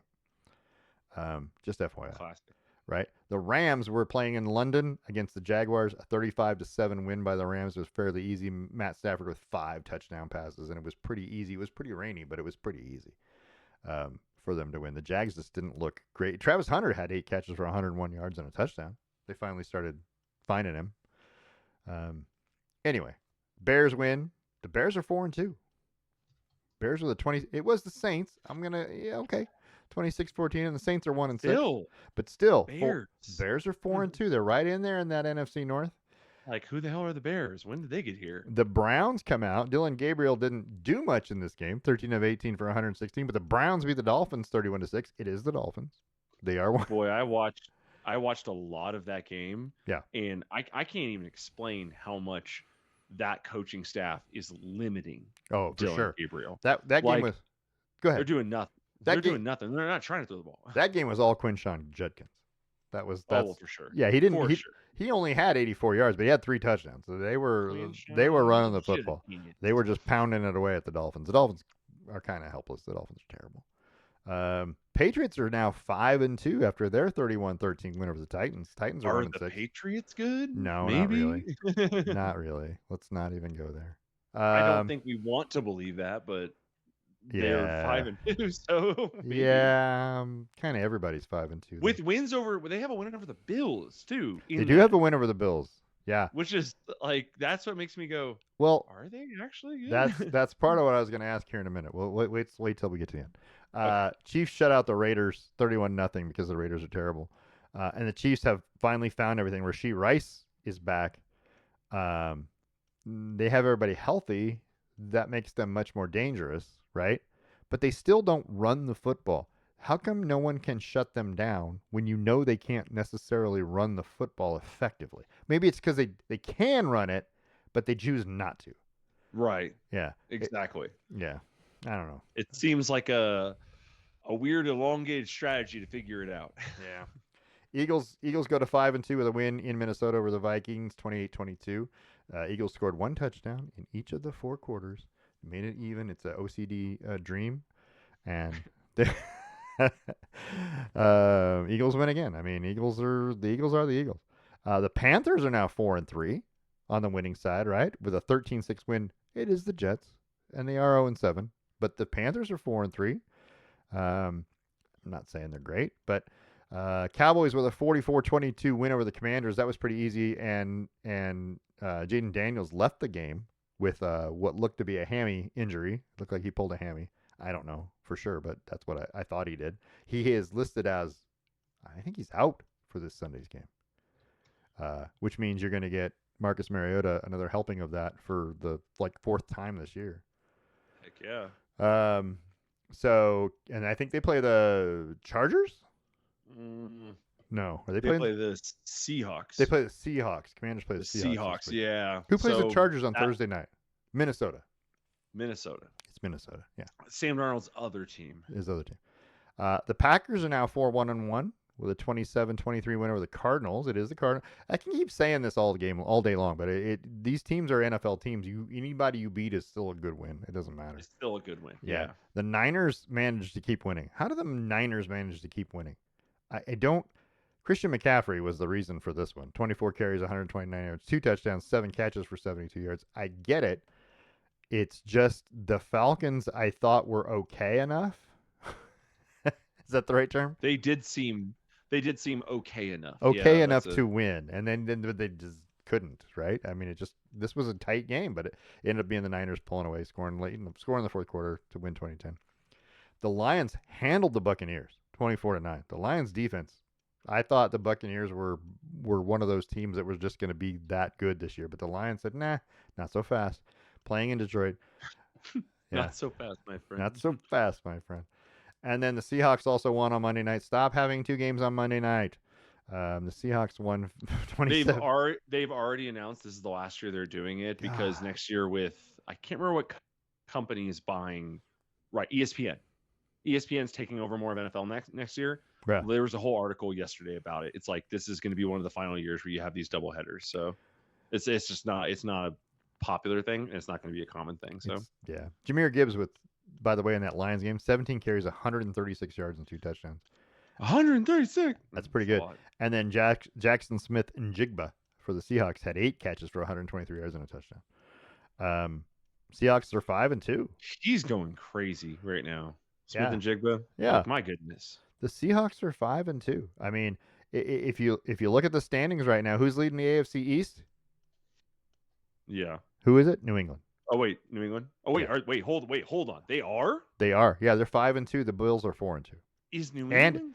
And they have the tiebreaker, right? So even if the Bills win, they have a tiebreaker.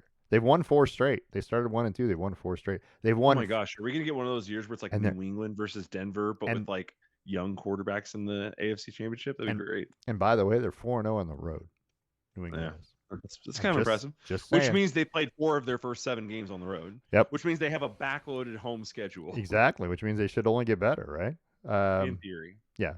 All right. AFC North is the Steelers. They have a 1.5 game lead over Cincinnati. Cincinnati is an interesting football team. I don't know. Joe Flacco seemed to fill in this week, but will he be good next week? Right? You also have Baltimore, who's got Lamar Jackson has been practicing. I don't know if he's completely going to be back, but they've lost 4 straight. If they can get him to come back and they get hot, Baltimore's still a team that's not out yet at 1-5. I understand that they're 1-5. I get it, but you get a team that can go, 8-3, and they can do that. They'll be 9-8, and they'll be right there in the playoff race. I'm just saying. So don't count Baltimore out yet. And then you have the AFC South, Indianapolis 6-1. You have Jacksonville at 4-3. Houston, never mind. Houston, Tennessee. And then there's those damn Denver Broncos. We didn't even talk about this game, but let's talk about this game. The Denver Broncos were losing 26-8. Is that right? I want to say that's right. 26-8. Yes. It was 26-8. I had called you. Yeah, you did. You did. At halftime to complain. It was a complaint. I would say it was a venting my displeasure. It was filling out the comment card you didn't offer. And you had already fired Sean Payton at halftime. That play calling was abysmal. Yeah. It's abysmal. And the internet, and I know the internet, for what it's worth, is full of crazy people, but also like FS1, Colin Coward, all these guys, they all agree, like, what are we doing for 3 quarters? Yeah. But yes, we were down 26-8, or whatever it was. 26-8. And there was 5 minutes left. 5.5 or 5:50 or something like that, right? And then and then it turned, and then I can't even. I'm gonna be honest with you. Doesn't make sense. It doesn't make sense. Right? The Broncos have the ball. If you have this in your pocket, why didn't you play it Right. before it got to an almost 30-point deficit? Right. And again, I don't know. But the Broncos get the ball down 26-8 after New York scores, right? And In it's the a third it's quarter, a I think. yeah, Late it's in a the third, we start a 41-yard drive. yeah, it's a 41-yard touchdown at the start with 10 minutes to go in the fourth. Jackson Dart to Theo Johnson. And it's 26-8. So the drive goes down. 5 minutes, 13 plays, gigantic long drive. And as a Bronco fan, you had to be shitting yourself thinking, they took 5 minutes off the clock to score a goddamn touchdown. What and we're down 18 are points. we doing for 5 minutes? Bo Nix runs 7 yards, gets the score, then throws the 2-point conversion to Troy Franklin. And all of a sudden it's 26-16. And you're like, okay, we're in this. And then the Giants get the ball back. And what do the Giants do with the ball? Throw a pick. They throw a pick. And you're like, okay, this is our, we got a chance. Well, at least we got a little bit of a chance, right? It's 26-16. We got a chance.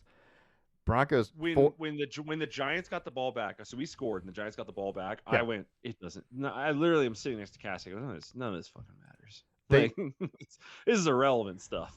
And then they threw the pick. And I stood up and I got a little interested. They ran 2 Scatabo runs right up the middle. Well, one over the right, one over the middle. 5 yards. Throw the ball, and next thing you know, it's intercepted. And so 26 seconds is all the Giants had the ball. They turn the ball over after 26 seconds. Then what happens? Which makes up for our 5 minutes that we had it. Broncos get the ball. 4 plays later, right? Touchdown, right? And it's to me, it's Nix to Harvey, right? And they kick the extra point, right? So it's 26-23 to move within 3. Yeah, they were the benefit of a penalty on Thibodeau, right? A offside penalty that helped them on third down, get a first down. It happens all the time. It's not a big deal. But anyway, so they give the ball back, right? So now they're down 3 with how much time? 3:51 to go in the fourth. They give the ball back to the Giants. Decide we got enough time. We got the timeouts. We're going to do this, right? We kick the ball off. 0-yard run, 2-yard run, incompletion, punt for the Giants. In a minute and 9. Yeah, with still 2:51 to go in the fourth, they're punting the ball back, right? And now the Broncos have the ball, right, on their own 32. Next thing you know, they're completing Nix to Mims for 31 yards, right? Nix to Engram for 20 yards, and then Bo Nix after the 2-minute warning with the 18-yard touchdown run. The keeper. Right? And all of a sudden, Denver's out in front. And you're like, yes, Denver's out in front, right? It's 30-26. They got a 4-point lead now with a minute something to go. We're giving the ball back to the Giants. Quick side note. Were you able to see any of this? No. Because I'm sure other networks broke in, but I had to those games were over. Just watching highlights as it came in. Oh, my gosh. I know. And then, so you're kicking the ball off with a 4-point lead and a minute something to go, right? Under 2 minutes. Which we scored, and I went, too much time. There's too much time. There's too much time. I hate this. But honestly, let's be fair. Here's where the penalty thing kills me, right? The kickoff happens, the sack of Jackson Dart, right? Minus 4 yards. Incompletion. It's 2nd and 14. It's 3rd down and 14. And then there's a penalty, right? Right? The roughing the passer, right? Right. And I'm like, okay, the 5-yard penalty that backed him up that made it 3rd and 19, right? But now it's 4th and 19 after an incompletion. They're going for it, right? And then there's the roughing the passer penalty. And I gotta tell you, have you seen the roughing the passer penalty? I saw it. Did you watch it? I did. I agreed. I think it is a penalty. Yeah. But it feels like one of those really, really soft ones where it's like, is it one by the book because you made contact with the head? Sure. Did you make hard contact? Nah. Like it was kind of that sort of deal. Right. Here's my problem with this. So you get the penalty, right? Yeah. And it becomes a first down at the Denver 40. Right? So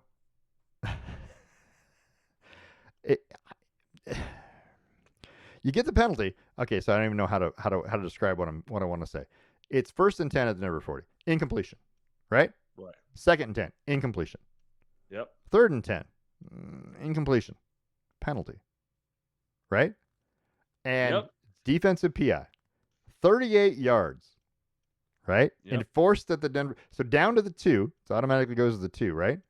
And then they which means that over the course of 1, 2, 3, 4, 5 plays, they moved 57 yards on penalties only. Yep. And then you get the extra 1 yard thrown in, right? Yeah. For the unsportsmanlike. I am okay with it. Sean Payton, that was a soft defensive pass interference. DPI, yeah. Like the penalty for the roughing the passer, like I said, I think it was one. It's just a real weak one. I don't think this was a DPI. I think that this is so Sean Payton needed to come unglued. Yeah. I honestly think he should have punched the ref. Like, do your job, right? Send a message to your team that we're not gonna be bullied. Right. Like, do it. But anyways, you got it. 1 yard. What's the fucking difference, right? Right. Like, who cares? So so they get the ball down to the 1, and it's a 1 yard touchdown run up the middle by Jackson Dart, right? And they reviewed it, right? Anyway, long story short, I'm not going to go into all that. They score. And now, I think you got it. And now with 30 seconds left, you're going, shit. All right? I mean, but we were 30 seconds down 3, and I think we had 1 timeout. 30 seconds down, or maybe 2. 30 seconds down 2. The extra point is no. Oh, down 2. Oh, yeah. That's right. We were down 2. That was huge. The huge missed extra point. Huge. Although it doesn't make a difference. We need to score. Right. 3 or touchdown doesn't matter whether it was 1 or 2 point different in the game. Like, yeah, I don't know. It doesn't make a difference. Denver takes over at their own 23. 29-yard pass, Nix to Mims, right down the middle. Just right down the middle. 5-yard penalty, right on the Giants with 18 seconds to go. Right, neutral zone infraction. Neutral zone was a big deal. So with 18 seconds left, a 22-yard pass to Cortland Sutton that was probably not the best pass I've seen thrown, but it was one hell of a catch. It's kind of a jump ball that was a little underthrown, but when you underthrow deeper balls, you give yourself a chance to get a PI call. And he just caught it. He just made a great catch. He just caught it. Yeah. He made a great catch. Yeah. Yep. And they get up, they spike the ball with 3 seconds left. Will Lutz comes on, 39-yard field goal's good. It's 33-32. I didn't look at the screen when he was kicking because we missed 2 field goals in weeks 2 and 3 to start this year that would have given us chances. And it was. So what did they say? Bo Nix is the first player in NFL history to throw 2 touchdown passes and run for 2 touchdowns in the same quarter. Ever. Yeah. 33 points is the most fourth quarter points in NFL history. Yeah. By a single team. Ever. Bo Nix became the highest scoring fantasy quarterback last week of all quarterbacks, which I know right now, if you had started Bo Nix as your fantasy quarterback by about the third quarter of that game, you're like, where the fuck did I do this? Right. I can't. Agreed. Nix finishes 27 of 50, 279, 2 touchdowns, no interceptions though, and he was only sacked twice. Imagine throwing the ball 50 times and throwing no picks. Oh, my arm hurts just thinking about it. Yeah, just right. I mean, it is what it is. They just I was at a loss to go. Okay, when and then you call me again, right after they kicked the field goal. What did I say? You said Sean, I never doubted him. You said Sean Payton's a genius. And I was like, I want to go on record and say I've never doubted Sean Payton, not once. And I was like, oh my god, that's so funny. Yeah, it was a good game to. If you could, I didn't get a chance to watch it. They tuned it. I got to see the last field goal. I got to see the pass to Cortland Sutton, the field goal. They spiked the ball, and I got to see them kick it, and that was about it. Just when Sean Payton decides to let Bo Nix gain a rhythm, like you see it play after play. He starts to get it. Like he starts diming passes to Mims and to Ingram and to Cortland Sutton. He starts being a gamer. But when you stifle him down with 1st and 20 runs because we had a holding penalty, he has no rhythm. Sean, I don't get how Sean doesn't get this, and that's why through 3 quarters I want him going, and through a quarter he's the only guy I want.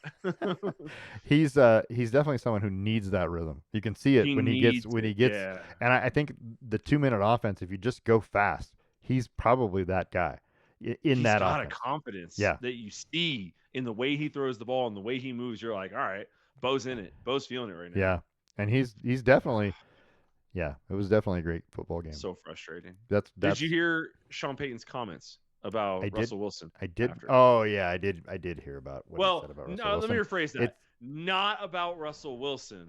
About Jackson Dart. Yeah. But yeah, that but inadvertently threw shade at Russell It's Wilson. the way he said it that, right? It's not, he wasn't intending it that way, I don't think. But the way he said it, and then the fact that he said, we were hoping that Jackson Dart wouldn't do this till after we played them, right? We were hoping they wouldn't put him in so long after. Right.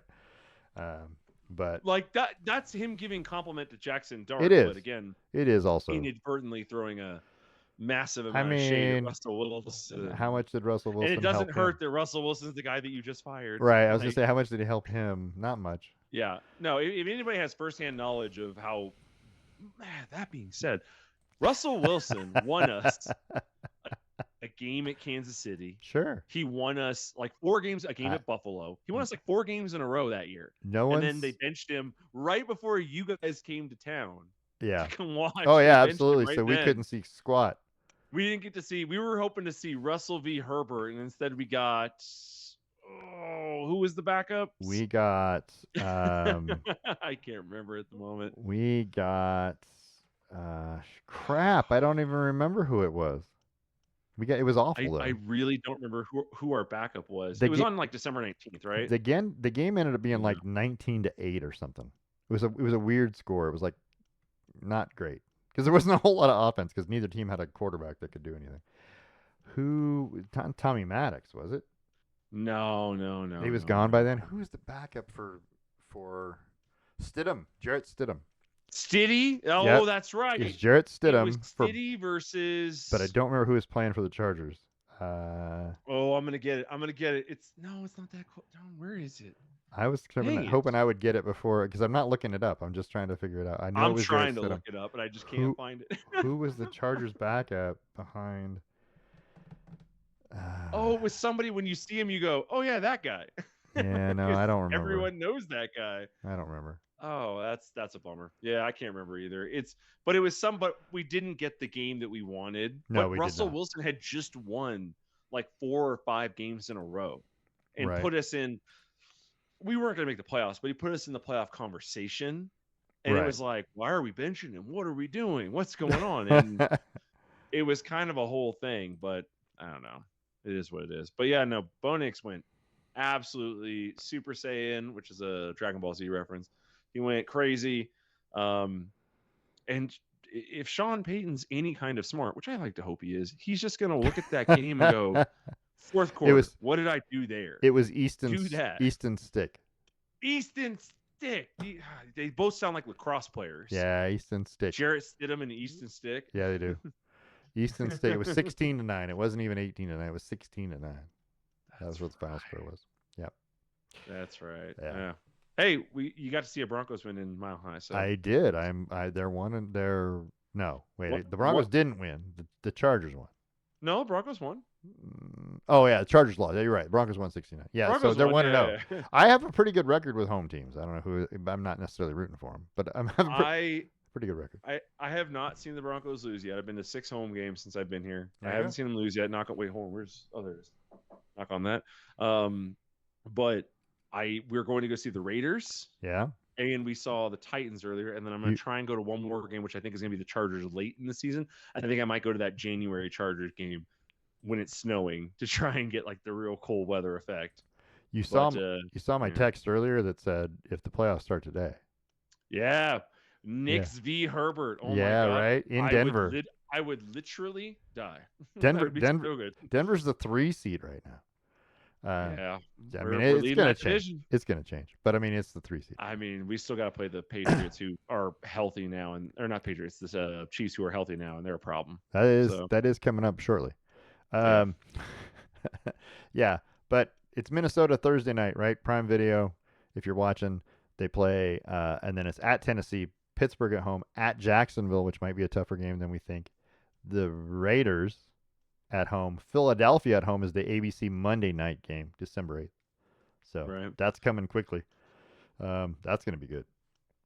There's a lot. So, There's a lot. We're wearing our throwbacks for the that's the wrong. the Raider game. I'm telling you the wrong thing. You started saying it, and I was like, I don't recognize any That's of the that. Chargers. That's I the think Chargers. you're I have the right. Chargers pulled up. I had the Broncos and the Oh, Chargers we've pulled got up. the Cowboys this weekend. So you got the and Cowboys then, this weekend. yeah, Texans, Raiders, Chiefs. Texans. But Yeah, the Raiders and Chiefs are both at home, so you got both a at home. chance, right? But that means we're going on the road late. You've to got- play 'em, so. Yeah, you do have to still go at the Raiders and at the Chiefs, but you've got Oh, that means we're playing Raiders, Chiefs, and Chargers all in December. so the Raiders and Chiefs are in December, and the Chargers are TBD right now, so it's going to be So that January means the 1st. it's like a January 1. Yeah, it's January 1st they do that every year. at home. That's that last game of the season, like we watched before. Well, we just got a Prime Video. Oh, we got bumped. We're a Prime Video Christmas Day. Chiefs. You are, Broncos at yep, Chiefs Christmas on Day. Whoa. Yeah, Broncos at Chiefs That's- because Not gonna you're lie, that's playing pretty well. freaking exciting. Yeah. I'm pretty jacked up about that, actually. Well, got to beat the Cowboys. The Cowboys are dangerous. They're not great, but Yeah. they're dangerous. And then the Texans are a dangerous team. I mean, there's not.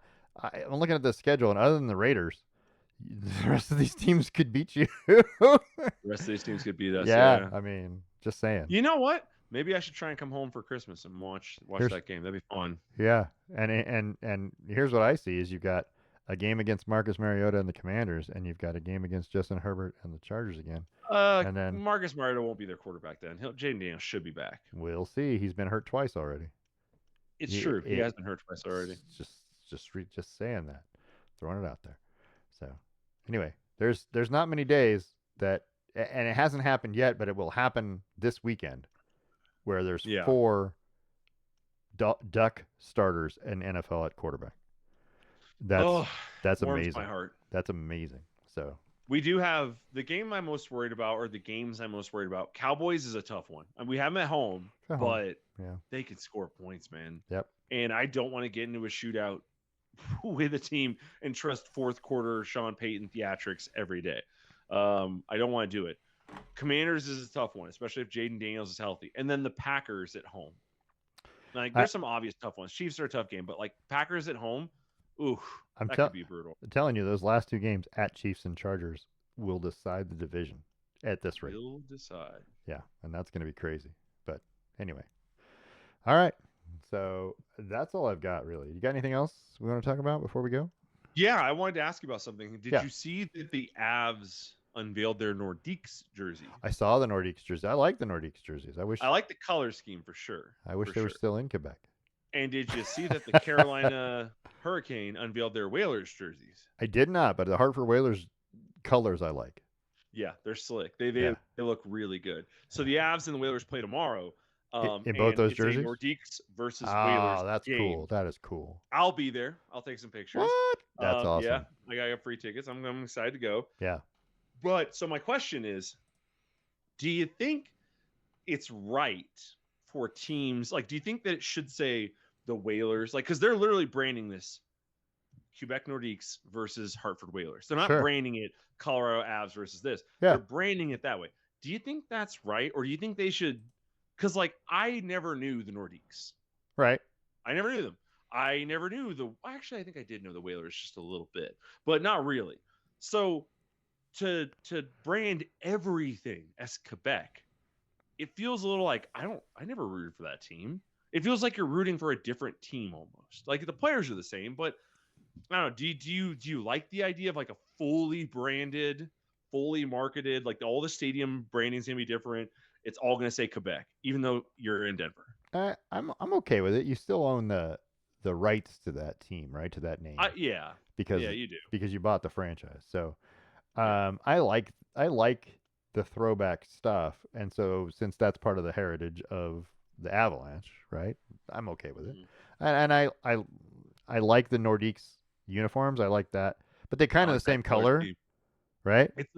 It's a lighter blue, and Right. red versus burgundy and Versus like a dark burgundy, blue. yeah, but it's kind of a similar color scheme, I guess, is what I'm trying to say. But Similar. Hartford's totally different Totally different. than They're Carolina. red and black versus Yeah, blue and and green. I always liked the Hartford Whalers uniforms because they have the whale tail The whale in the tail, yep. logo, and I love that. I thought those were great, and yeah, uh, I like those. I would buy a jersey like that. Hartford, I like those. Well, crap, they're available right now. I'm sending a link. All right. But yeah, They look. I will say they unveiled this year's jerseys, the Whalers ones, and they unveiled the Nordiques and the Whalers at the same time. And yeah. I literally went, "Oh, the Whalers is so much better." Tickets as low as $63. Hey, if you need, or free if you know the right people. but these tickets are so much cheaper to get into a Colorado Avalanche game than they are to get into a freaking Seattle Kraken game. Dude, me and Cassie a couple years ago came up to for a Winterhawks game, and there was also a Knights game, but we didn't go to the Knights game because we wanted tickets to drop below a certain price. So we hung around the area, keeping our eye on like like StubHub and Game Time and things like that, and they never dropped below like 150. And so I was talking with one of our ticketing people for the Avs because they're one floor up from us, and they were saying that people will just eat $150 game ticket losses. Yeah, like they'd rather eat them than give them away for like, it's weird. Even like face value. They'd rather eat them than give them away for face value. Right. And he says it's the craziest thing. People who can afford season tickets, they don't care about losing a game. It just doesn't matter to them. So I don't know. And then I gave him a whole lecture on, well, this is why you guys need to have a better screening system for stopping people from buying season tickets who aren't going to go to games. Like, you need to, I think in order to be eligible for repurchase for season tickets, you have to have a 90% attendance rate. Yeah, maybe. Right. Yeah. And I don't want, if you transfer your tickets to somebody else, I want that to be a different QR code than the ticket that you have. So you scan yours, it indicates that you came or you brought people, whatever, but your QR code came. If they scan theirs, or if you transfer the tickets to your cousin, your sister, your nephew, whatever, and they scan theirs, it's a different QR code. It says guest. So they transfer it as a guest. So I want a 90% attendance rate for the ticket holder. Damn near, I'd rather them check IDs at the door to find out. But just asking a lot. Just FYI, to Sixers rookie VJ Edgecombe. I saw that. Yeah, scored 34 points in his debut. Crazy. And Philly beat Boston 117-116. It's the third most points in a debut, in an NBA debut, in the history of the NBA. And he still wasn't the team leader in points. No. 40 for Maxey is, well, it's Tyrese Maxey. That's a lot. I mean, that's a lot of he points. He does score some points. But yeah, and who holds the record? Wilt Chamberlain, 43. Anyway, Wilt Chamberlain holds a lot of damn records. Just yeah, well, you know, he played in a time when he was the only person. Him and Bill Russell were like the only, and then pretty soon. I'm not 1,000% they kept records correctly during. No, not. I don't want to say correctly, but I want to say the best, because that implies like a little bit of like somebody looks at their watch and goes, "Are we getting out of here right now?" And they go, "Oh yeah, let's just go ahead and go." There's like a minute left, or like, "Oh no, we'll just add on a couple for the home team stats and then send it over to the league," like things like that. Like I've heard of that happening. Somebody adds an assist for like hockey, especially. Yeah. The home team will track assists, and then they'll send it to the league, and the league will reject it and be like, "No, that person wasn't part of this assist. Never mind. Like, that's not real." But by the way, the Blazers lead the Timberwolves 61-57 at the half, and the Timbers are leading Real Salt Lake 1-0 at the 34th minute in the Western Conference Playoffs wild card game. So good for the Timbers. So you could see some Portland wins tonight, right? Anyway, and that's all I got. It's a good start. We'll be at 1,000% or 1,000 for the season. Yeah, on top of the division. I don't. See how long. OKC's, I think, is in our division. See how long that lasts. Yeah. Anyway, all right. Anything else? Are we good? We're good. I think we're good. We're good. Perfect. So, you know, when that doesn't play like I want it to, kind of drives me nuts. Anyway. I want to thank everybody for listening. This has been a Brain Rock production of Division of Lonely Tree Media. We want to thank ESPN and Fox and CBS and NBC and ABC and anybody else. Who have I left out? Formula One. And Formula NBA, One. Yeah. Anybody else? Yeah. Sky Sports, probably. Sky Sports. Yeah. I want to thank everybody for listening, and we'll talk to you next week with more excitement, right?